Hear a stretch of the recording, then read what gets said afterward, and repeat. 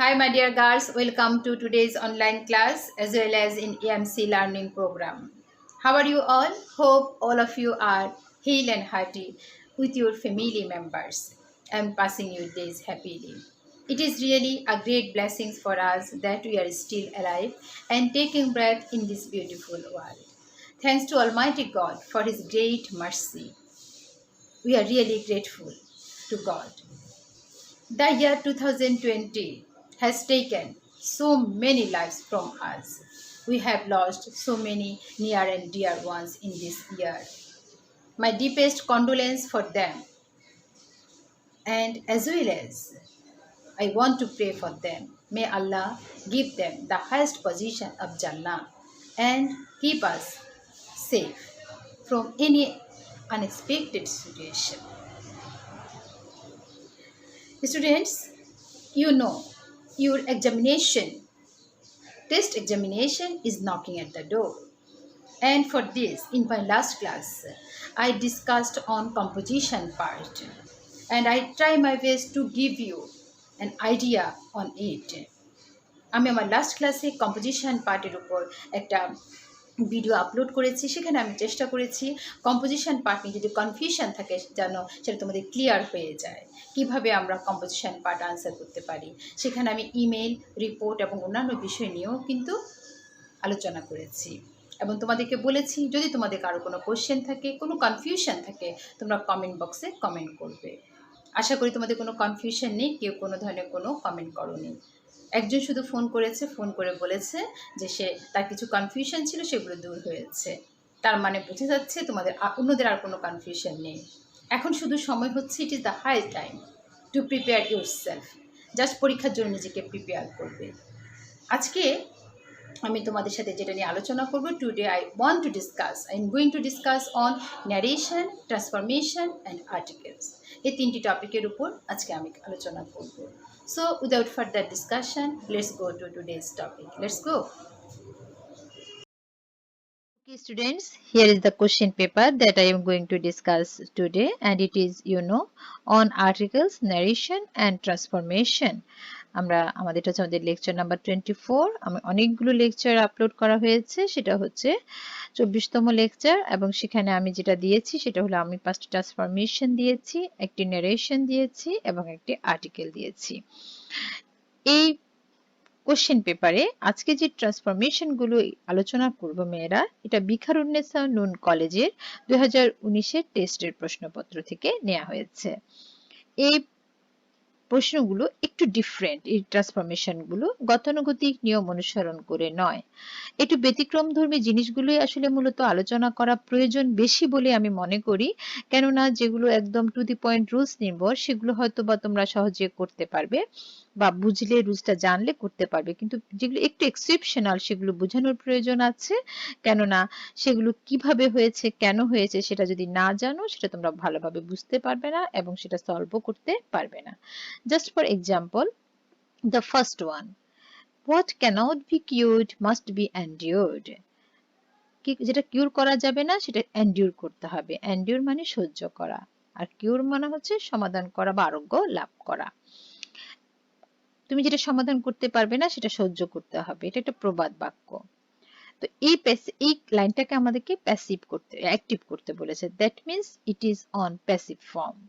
আমাদের এটা প্যাসিভ ফর্মে আছে, আমাকে এটা অ্যাক্টিভ করব আমি। তাহলে প্যাসিভে যে আছে এখানে আমার বাই প্লাস অবজেক্ট কিন্তু দেয়া নেই।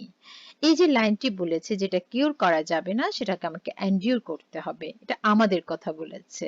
তাহলে আমরা বাই আজ, এই আজটা হচ্ছে আমাদের অবজেক্ট, এই অবজেক্টটা হয়ে যাবে আমার সাবজেক্ট।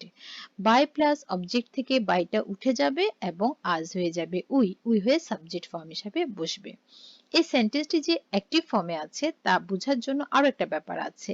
দেখো এখানে ভার্বটি পাস্ট পার্টিসিপলে আছে এবং ক্যানট বি আছে, মাস্ট বি আছে এবং সাথে ভার্বটি পাস্ট পার্টিসিপল ফর্মে আছে। আমরা জানি কোন সেন্টেন্স যদি প্যাসিভে থাকে তা বোঝার একটি লক্ষণ হচ্ছে বা সিম্বল হচ্ছে, সেটা হলো বা ক্লু হচ্ছে ভার্বটি পাস্ট পার্টিসিপলে থাকবে।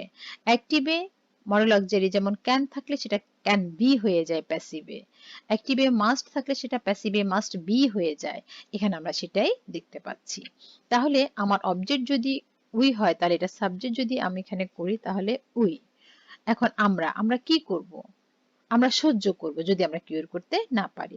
তাহলে হবে we must endure. Must be থেকে মাস্ট হবে উই মাস্ট এন্ডিওর। কি এন্ডিওর করব? What we can't, what we can't, cannot হয়ে যাবে কান্ট, সরি আমার অ্যাপোস্ট্রফিটা আসছে না, একটু অ্যাপোস্ট্রফিটা আসছে না, হ্যাঁ, what we can't and cure, এই হয়ে গেল আমার অ্যাক্টিভ। অনেক সোজা না মেয়েরা? দেখো, দেখতে মনে হচ্ছিল কিভাবে করব, এখন ম্যাডাম করে দিলাম, তোমাদেরকে খুব সহজে বুঝিয়ে দিলাম। এই যে বাই আজ থেকে উই হলো, আর মাস্ট বি থেকে মাস্ট হবে, কান্ট বি থেকে কান্ট হবে, তাহলে we must endure what we cannot cure. After that the birds that come to our country in time of winter are called guest birds. উইন্টারে যে সমস্ত পাখিগুলো আমাদের দেশে আসে সেগুলো হচ্ছে গেস্ট বার্ড। এটাকে সিম্পল করব। রুলসটা হলো রিলেটিভ প্রোনাউন যুক্ত সেন্টেন্সকে যখন আমি সিম্পল করব, রিলেটিভ প্রোনাউনটা উঠে যাবে, তার পরবর্তী যে ভার্বটা থাকবে সেটা আইএনজি হয়ে যাবে। আমি যদি রিলেটিভ প্রোনাউনটাকে উঠিয়ে তার পরবর্তী ভার্বটাকে আইএনজি করি তাহলে এটা হয়ে যাবে সিম্পল। তাহলে দেখো, দা, একটু সহজ বা টাইমটাকে একটু কমিয়ে আনার জন্য আমি এখানে একটা কাজ করতে পারি, সেটা হলো আমি এটাকে কপি করে এখানে পেস্ট করে দিচ্ছি। দেখো কিভাবে করছি। তোমাদের তো পরীক্ষার কপি পেস্ট করতে পারবে না, আমি পারলাম আর কি, হ্যাঁ, কারণ আমার এখানে সেটা সুযোগ আছে যেহেতু একটু কাজে লাগালাম। তো এখন আমি এখানে লিখলাম, কপি করলাম, তারপর এখান থেকে আমি কি রিমুভ করব? দেখো, দ্যাটটাকে রিমুভ করতে হবে, এটা হচ্ছে আমার রিলেটিভ প্রোনাউন। দ্যাটটাকে রিমুভ করলাম এবং বললাম পরবর্তী ভার্বটা আইএনজি হয়ে যাবে, তাহলে কাম হয়ে যাবে কামিং। হয়ে গেল আমার simple. The birds coming to our country in time of winter are called guest birds. হয়ে গেল সিম্পল। তার আগেরটি ছিল আমার active. Then you must work hard to succeed. Compound করতে বলেছে, একটু লক্ষ্য করো। এই ধরনের বাক্য, একটু শর্তযুক্ত মতো বাক্য যদি দেওয়া থাকে, তোমাকে অবশ্যই কঠোর পরিশ্রম করতে হবে যদি তুমি সফল হতে চাও। এই ধরনের বাক্যকে যদি আমি কমপ্লেক্স করি তাহলে ইফ কন্ডিশনাল দিয়ে করতে হবে, ইফ দিয়ে। আর যদি কম্পাউন্ড করি তাহলে একটু ইম্পারেটিভ ফর্মে করতে হবে। আবারও বলছি, এই ধরনের বাক্যকে কমপ্লেক্স করলে ইফ কন্ডিশনাল দিয়ে করব, আর কম্পাউন্ড করলে আমরা কিভাবে করব? আমরা ইম্পারেটিভ ফর্ম দিয়ে করব। যেমন দেখো, যদি আমি এটাকে কমপ্লেক্স করি তাহলে হবে if we want to succeed, কি হবে? We must work, sorry, if you want to succeed you must work hard. এটা হলো আমার কমপ্লেক্স। আর এখন যদি আমি কম্পাউন্ড করি তাহলে আমাকে কি করতে হবে? প্রথমে ইম্পারেটিভ ফর্ম যদি হয় আমাকে, তাহলে প্রথম কাজটা কি হবে? আমাকে, সরি বাবা, একটু নিচে আসতে হবে, আমি উপরে চলে গেছি, কার্সারটা নামানো হয়নি, হ্যাঁ, ওয়ার্ক হার্ড, কঠোর পরিশ্রম করো। এন্ড দুভাবে লেখা যাবে, and you will work hard and succeeded. আমি লিখতে পারি, ও sorry, succeed, work hard and succeed, এভাবে হবে জিনিসটা, work hard and succeed, work hard and succeed. কিভাবে করতে হচ্ছে? ইম্পারেটিভ ফর্মে, ওয়ার্ক হার্ড, এটা ইম্পারেটিভ ফর্ম, এন্ড সাকসিড, এটা হলো আমার। আর কমপ্লেক্স করলে হবে if you if you want to succeed you must work hard. এটা হলো আমাদের কমপ্লেক্স। এগুলো একটু অন্যরকম, তাই ম্যাডাম তোমাদেরকে খুঁজে এগুলো বের করলাম একটু বুঝিয়ে দেওয়ার জন্য, গতানুগতিক গুলো না দিয়ে এই জন্য এগুলো একটু সিলেক্ট করেছি, কেন কিভাবে হয়েছে সেটা আর একটু ক্লিয়ার করে দেওয়ার জন্য। এরপর দেখো, independence is the most significant event in the history of Bangladesh. Comparative করতে বলেছে। আমরা জানি কম্পারেটিভ করার সময় প্রথমে আমার সাবজেক্টটি খুঁজে বের করতে হবে। এখানে সাবজেক্ট কি দেওয়া আছে? আমরা জানি ইন্ডিপেন্ডেন্স, দা যুক্ত সুপারলেটিভ, তাহলে আমার কম্পারেটিভ হবে দেন এনি আদার দিয়ে। যদি আমার ওয়ান অফ দা থাকতো তখন দেন মোস্ট আদার দিয়ে কম্পারেটিভ করতে হতো। তাহলে ইন্ডিপেন্ডেন্স আমাকে করতে হবে কি কম্পারেটিভ ইন্ডিপেন্ডেন্স, এটাকে একটু কপি করে ফেলি আগে, তারপর আমি ঠিক ওখানে কারেকশন করব।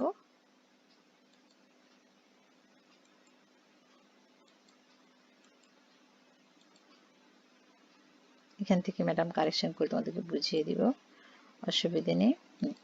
দেখো হ্যাঁ, এখন আমি কম্পারেটিভ করব ইন্ডিপেন্ডেন্স ইজ, তাহলে দা উঠে যাবে কারণ দা হচ্ছে সুপারলেটিভের। দেখো এবার কিভাবে এখানে কারেকশন করছি তোমাদের সুবিধা বুঝিয়ে দেওয়ার জন্য। ইন্ডিপেন্ডেন্স ইজ, মোস্ট হচ্ছে সুপারলেটিভের, তাহলে মোস্ট উঠে যাবে। সিগনিফিকেন্ট শব্দটা কম্পারেটিভ ফর্ম হয় না, তাই মোর বা মোস্টের সাহায্য নিতে হয়। মোস্ট নিতে হবে সুপারলেটিভের জন্য আর মোর নিতে হবে কম্পারেটিভের জন্য। ইন্ডিপেন্ডেন্স ইজ মোর সিগনিফিকেন্ট, এরপর নিয়ম হচ্ছে দেন এনি আদার আনতে হবে অথবা দেন মোস্ট আদার আনতে হবে। এখানে হবে than any other, one of the থাকলে আনতাম than most other, than any other.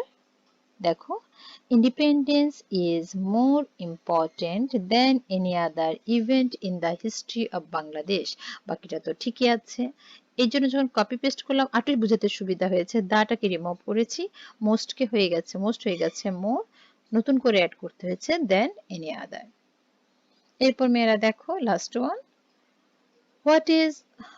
water is one of the most important elements of all living beings. One of the যুক্ত সেন্টেন্স বা সুপারলেটিভ, সেখানে পজিটিভ করতে হলে আমরা জানি ভেরি ফিউ দিয়ে করতে হয়। লিখলাম ভেরি ফিউ, ভেরি ফিউ। এরপর হচ্ছে আমার ভেরি ফিউর পরে আমার কি লেখার নিয়ম বলো তো, অবজেক্টস। এখানে অবজেক্ট কোনটা, এলিমেন্টস, তাহলে very few elements, very few elements of all living beings, very few elements of all living beings is হয়ে যাবে আর, কারণ প্রিভার্ব যেহেতু বসাবো ভেরি ফিউ এর সাথে আর বসে, আর as important as water, are as important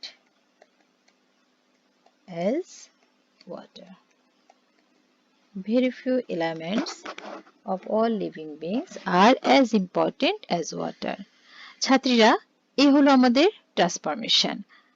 আমরা এই 5টি ট্রান্সফরমেশন শেষ করলাম এবং 5টি নিয়ম সম্পর্কে আমরা জানলাম। সবচেয়ে বেটার হয় যখন ম্যাডাম বুঝালাম বা বুঝানোর সময় যে টিচারই পড়াক না কেন, যখন বুঝাবেন একটু কষ্ট করে তোমাদের খাতার পাশে রুলস গুলো লিখে ফেলবে যে কোন নিয়মে কোনটি আমাদেরকে সমাধান করতে হয়েছে।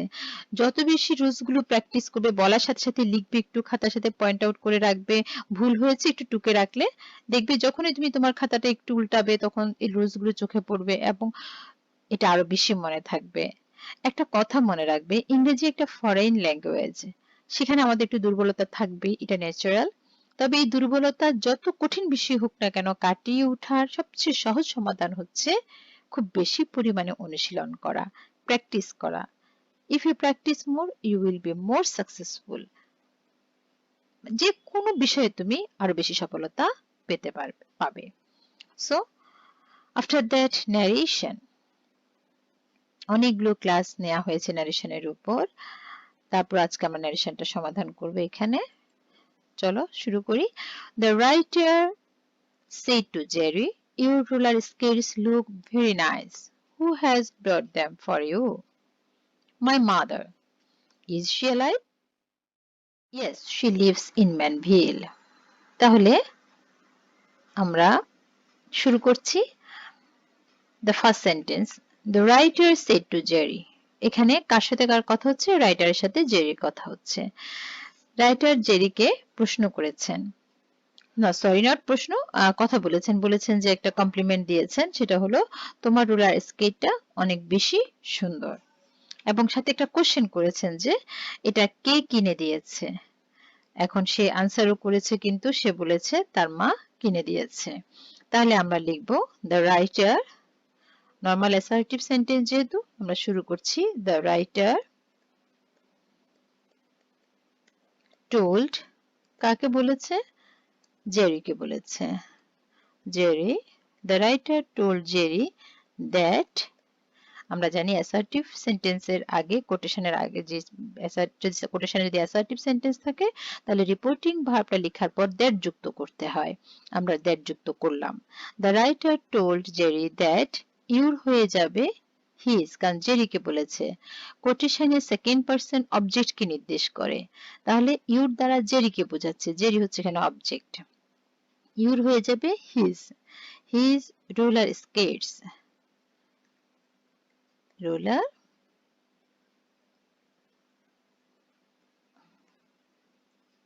স্কেটস হ্যাঁ কি বলেছে ইউ লুক হয়ে যাবে এখন কি লিখবো লুক কি লুক রাখবো নাকি লুকড হয়ে যাব এখানে লুক হচ্ছে মেইন ভার্ব তাহলে ন্যারেশনে যা কিছু প্রেজেন্ট সব হয়ে যায় ফার্স্ট তাহলে looked very nice first sentence complete The writer told Jerry that his roller skates looked very nice. এরপর আমি সাথে and দিয়ে যুক্ত করতে পারবো অথবা মানে কি বলবো and দিয়ে যুক্ত করতে পারবো আলাদাভাবেও লিখতে পারবো এটা তোমার উপর ডিপেন্ড করছে এখন আমি আলাদাভাবে যদি লিখি তাহলে আমাকে লিখতে হবে she also asked অথবা then she asked আর যদি একসাথে লিখি and asked প্রত্যেকটি ভাবেই কারেক্ট যে ওয়েতে তুমি যাবে সেটাই কারেক্ট এখানে আমি একটু আলাদাভাবে লিখতে চাচ্ছি আমি যদি এখানে লিখি The writer told Jerry that his roller skates looked very nice. তারপরে then she asked অথবা she also asked যেভাবে লিখি she also asked করলো she also asked সে প্রশ্ন করলো অথবা then she asked কোনো সমস্যা নেই she also asked who has brought them for you WH word দিয়ে যদি কোনো কোশ্চেন করা হয় সেই WH ওয়ার্ডের কোনো পরিবর্তন হয় না তাহলে হুর মতো বসে গেল এরপর সাবজেক্ট লিখতে হবে সাবজেক্টটা এখানে কোনটা বলো এখানে প্রশ্ন যখন করেছে আমরা প্রশ্ন খেয়াল করো হু হ্যাড এখানে একসাথে বলেছে who had brought them for you কোশ্চেনে দেখো হু এখানে সাবজেক্ট কোনটা এখানে সাবজেক্ট দেখো কোনো সাবজেক্ট নেই এখানে হ্যাজ হয়ে যাবে হ্যাড হয়ে বসবে হু হ্যাড ব্রট দেম এখানে এভাবে বসবে এটা হু হ্যাড ব্রট দেম ফর হিম এটা এইভাবে ফরমেশনটা হবে হু had brought them for him has হয়ে গেল হ্যাড ব্রট পাস্ট পার্টিসিপলে আছে পাস্ট পার্টিসিপল হয়ে বসলো দেম বসলো ফর ইউ হয়ে যাবে হিম তাহলে দ্য রাইটার এখানে প্রথমটা অ্যাসার্টিভ সেন্টেন্স ছিল একজন ব্যক্তি দুটি কথা বলেছে প্রথমটা অ্যাসার্টিভ ফর্মে ছিল পরেরটা হচ্ছে আমাদের ইন্টারোগেটিভ ফর্মে ছিল তাহলে the writer told Jerry that his roller skates looked very nice after that সে প্রশ্ন করেছে শি অলসো আস্কড হু এখানে WH ওয়ার্ড দিয়ে প্রশ্ন করেছে হুটা বসে গেল এখানে কোনো সাবজেক্ট নেই হ্যাজটা হয়ে গেল had who had brought them for him দেন আমরা পরের লাইনে চলে যাব মাই মাদার সে শুধু একটা শব্দ বলেছে সেটা হলো মাই মাদার তবে সে কোশ্চেনের কিন্তু রিপ্লাই করেছে তাহলে জেরি রিপ্লাইড দ্যাট কি প্রশ্ন করলো যে মাই মাদার শুধুমাত্র মাই মাদার লেখা যাবে না আমার মা ন্যারেশনে ফুল সেন্টেন্স তৈরি করে লিখতে হবে আমার মা কিনে দিয়েছে এটাই তো আমার মা মানে আমার মা কিনে দিয়েছে তাহলে Jerry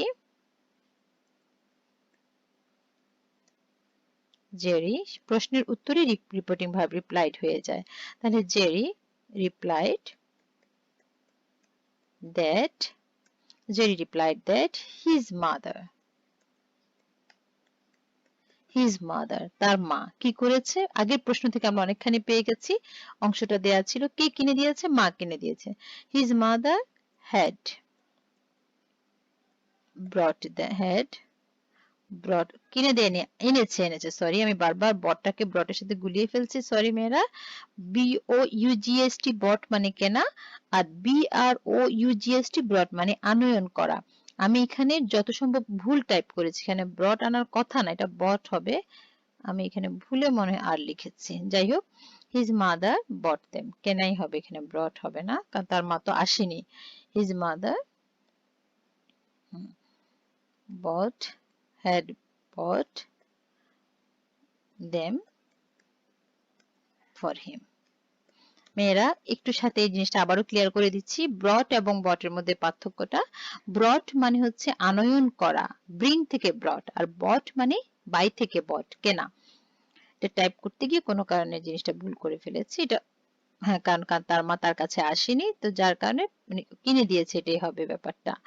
okay, Jerry replied that his mother had brought them for him. মনে রাখবে ন্যারেশনে যখন মাই মাদার, এই যে ছোট ছোট উত্তর, কে কিনে দিয়েছে, মা, এটা কে করেছে, ভাইয়া, এই ধরনের একটা যখন শব্দ, একটা শব্দের আনসার মানে উত্তর দেয়া থাকবে বা আনসার থাকবে, সেটা এক শব্দে কিন্তু লেখা যাবে না, সেটাকে পুরো একটা পূর্ণ বাক্যে রূপান্তর করতে হবে। এরপর ইজ শি অ্যালাইভ, রাইটার আবার প্রশ্ন করেছে। এখন রাইটার যদি আবার প্রশ্ন করে তাহলে হবে দেন শি আস্কড, অথবা শি আস্কড অ্যাগেইন, অথবা দেন শি, যেভাবে লিখো আর কি, বা শি দেন আস্কড হিম, এভাবে লিখতে পারো। শি দেন আস্কড হিম, আবার প্রশ্ন করেছে, বলাতে হয়ে গেছে, সরি, ক্যাপস হবে না, স্মল হবে, হ্যাঁ এখানে ক্যাপস হবে, একটু ঠিক করে দেই, হ্যাঁ। শি দেন আস্কড হিম, সে তারপর তাকে আবার প্রশ্ন করলো, শি দেন আস্কড হিম, কি প্রশ্ন করেছে, প্রশ্ন করলো is she alive, to be verb দিয়ে প্রশ্ন করেছে, তাহলে কি আনতে হবে, ইফ, এরপর সাবজেক্ট আনতে হবে, সাবজেক্ট এখানে দেয়া আছে শি, মানে তার মা। ইফ শি, ইজ হয়ে যাবে ওয়াজ, ইজ আছে সেটা কি হয়ে যাবে, ওয়াজ হয়ে যাবে, ইফ শি ওয়াজ অ্যালাইভ। হ্যাঁ, তবে এখানে একটু মেনশন করে দিবে, সেটা হলো যে এখানে শি দ্বারা কি বোঝাচ্ছে, জেরির মাকে বোঝাচ্ছে কিন্তু, হ্যাঁ মাদারকে বোঝাচ্ছে। If she was alive, yes she lives in Manville, এটা কার কথা, জেরির কথা। আবারও Jerry replied in the negative, sorry affirmative, Jerry replied, কিভাবে রিপ্লাই করেছে, জেরি বলো affirmative, সে সঠিক ইয়েস বলেছে যে হ্যাঁ আমার মা আছেন এবং তিনি কি কোথায় বাস করেন, উনি ম্যানভিলে বাস করেন। তাহলে Jerry replied in the affirmative, affirmative, Jerry replied in the affirmative and told, এবং বলল and told that, কি শি বলতে আবার ওর মা, শি ব্র্যাকেটে একটু লিখে দিও, এটা শি লিভস হয়ে যাবে lived, past tense, she lived in Manville, Manville একটা জায়গার নাম, প্লেস, হ্যাঁ ম্যানভিল। খুব সুন্দর একটা গল্প, যদি পারো আমাদের ইন ম্যানভিল গল্পটা পড়ে নিবে, খুব মজা পাবে। একটা ছোট ছেলের গল্প, সে অরফান, এই এতিম বাচ্চার সাথে লেখকের যে রিলেশনশিপ, যে কথোপকথন, সেই বাচ্চার নানা প্রকার ক্যারেক্টারিস্টিক্স, ভ্যালিউজ গুলো লেখককে খুব মুগ্ধ করেছে। তবে তার সবকিছু লেখকের ভালো লেগেছে, তবে ও মায়ের সম্পর্কে বানিয়ে মিথ্যে কথা বলতো, যেহেতু সে অরফান ছিল, সে কল্পনার জগতে তার মাকে কল্পনা করত এবং সে কল্পনাগুলো নিয়েই লেখকের সাথে সে গল্প বানাতো এবং গল্পগুলো বলতো। যদি পারো বইটা কালেক্ট করে বা গল্পটা গুগলেও পাবে, গল্পটা পড়ে নিও। ওকে, জেকে রাউলিং এর একটা গল্প। তাহলে যে replied in the affirmative and told that she lived in Manville. That's all for narration. আমি এখানে narrationটা ডিরেক্ট থেকে ইনডিরেক্টে চেঞ্জ করেছি বা ট্রান্সফর্ম করেছি। দেন আজকে আরেকটা জিনিস আমি দিয়েছি, সেটা হলো আরো একটা ব্যাপার, সেটা আর্টিকেল দিয়েছি। আমরা আর্টিকেল নিয়ে অনেক অনেক অনেক ক্লাস করেছি। আজকে আবার একটা, যেহেতু এক্সাম, আরো একটা আর্টিকেল, সহজ একটা টপিক বোঝানোর জন্য দিয়েছি। তাহলে এখানে ফার্স্ট চলো আমরা শুরু করি। হোয়াট সারপ্রাইজ ইট ওয়াজ, বুঝতেই পারছো একদম সোজা কি হবে এখানে, what a surprise it was. Robin got first prize in competition, goat first prize এখানে অলরেডি মেনশন করা হয়ে গেছে, তাই এখানে এ এন্ড দি কোনোটাই বসবে না, হবে cross. Robin got first prize, কোথায়, কম্পিটিশন নির্দিষ্ট করে বলেছে, in the competition. I was really amazed, অ্যাডজেক্টিভের আগে কোনো আর্টিকেল, এখানে এখানে এই অ্যাডজেক্টিভের আগে কোনো, আমি অ্যামেজড হয়েছি at his success. I was really amazed, এখানে সরি মুগ্ধ হওয়া, নট অ্যাডজেক্টিভ, এখানে অ্যামেজ শব্দটা হচ্ছে ভার্বের পাস্ট পার্টিসিপল ফর্ম হয়ে বসছে। আই ওয়াজ রিয়েলি অ্যামেজড, সে কারণে এখানে কোনো আর্টিকেল বসবে না, ক্রস বসবে। I was really amazed at his success. এটা ভার্বের পাস্ট পার্টিসিপল ফর্ম, তার আগে কোনো আর্টিকেল বসে নাই, বসবে না, এই জন্য এখানে ক্রস বসছে। Of course he was trained by একজন expert coach for the time, কিছু সময়ের জন্য, for time হবে না, for the time. He always obeyed, সে সবসময় obey করে কাকে, obeyed the instructions, plural form, the instructions given by the coach, এখানে আবার দা হবে, আগেরটা ছিল এক্সপার্ট কোচ, তখন অনির্দিষ্ট ছিল, এই শব্দটা সেকেন্ড টাইম যখন আবার মেনশন করা হয়েছে নির্দিষ্ট হয়ে গেছে, তাই এখানে বসলো দা। Even he was not found outside during, এই প্রিপজিশনের আগে কোনো আর্টিকেল বসবে না, outside during practice session. Dash boy like him is always appreciated by people. A boy like him, তার মতো একটা ছেলে। A boy like him is always appreciated by people, তার মতো একটা ছেলেকে সবাই কি করে, প্রশংসা করে। এই হলো আমাদের আর্টিকেল, আমরা আর্টিকেলটাও সলভ করলাম। এরপরে হচ্ছে ন্যারেশন এন্ড ট্রান্সফরমেশন, সবগুলো বিষয় একসাথে আজকে সলভ করে দেয়া হলো। স্টুডেন্টস, আশা করি বুঝতে পেরেছো আমরা কিভাবে ন্যারেশন করছি, কিভাবে ট্রান্সফরমেশন করেছি এবং কিভাবে আর্টিকেল ইউজ করেছি। আমি আগেই বলেছি এই ট্রান্সফরমেশনগুলো একটু ব্যতিক্রমধর্মী ছিল, আর আমি অলওয়েজ চেষ্টা করি যেটা বললাম একটু আগে যে ট্রেডিশনালগুলো না, যেটা একদম কমন সেটা না, একটু অন্যরকমগুলো একটু আলোচনা করার চেষ্টা করি, যাতে করে এটার মধ্যে যে প্রবলেমগুলো থাকে সেগুলো যেন ক্লিয়ার হয়ে যায় তোমাদের জন্য। সো বাসায় বসে একটাই কাজ, সেটা হলো প্র্যাকটিস করা এবং নিজেকে সেফ রাখা। বাসায় থাকবে, বাইরে যাবে না, because corona transmission is increasing rapidly, খুব দ্রুত বেড়ে যাচ্ছে। শীতকালে সেটা একদম হাইয়েস্ট পজিশনে চলে যেতে পারে। আমাদেরকে সেফ থাকতে হবে, বাসায় যারা এজেড মেম্বার রয়েছে তাদের প্রতি আমাদেরকে কেয়ারফুল হতে হবে। আল্লাহ আমাদের সবাইকে রক্ষা করুন, সবাই ভালো থাকো, সুস্থ থাকো। See you next time in my next class. Till then thank you everybody, bye by.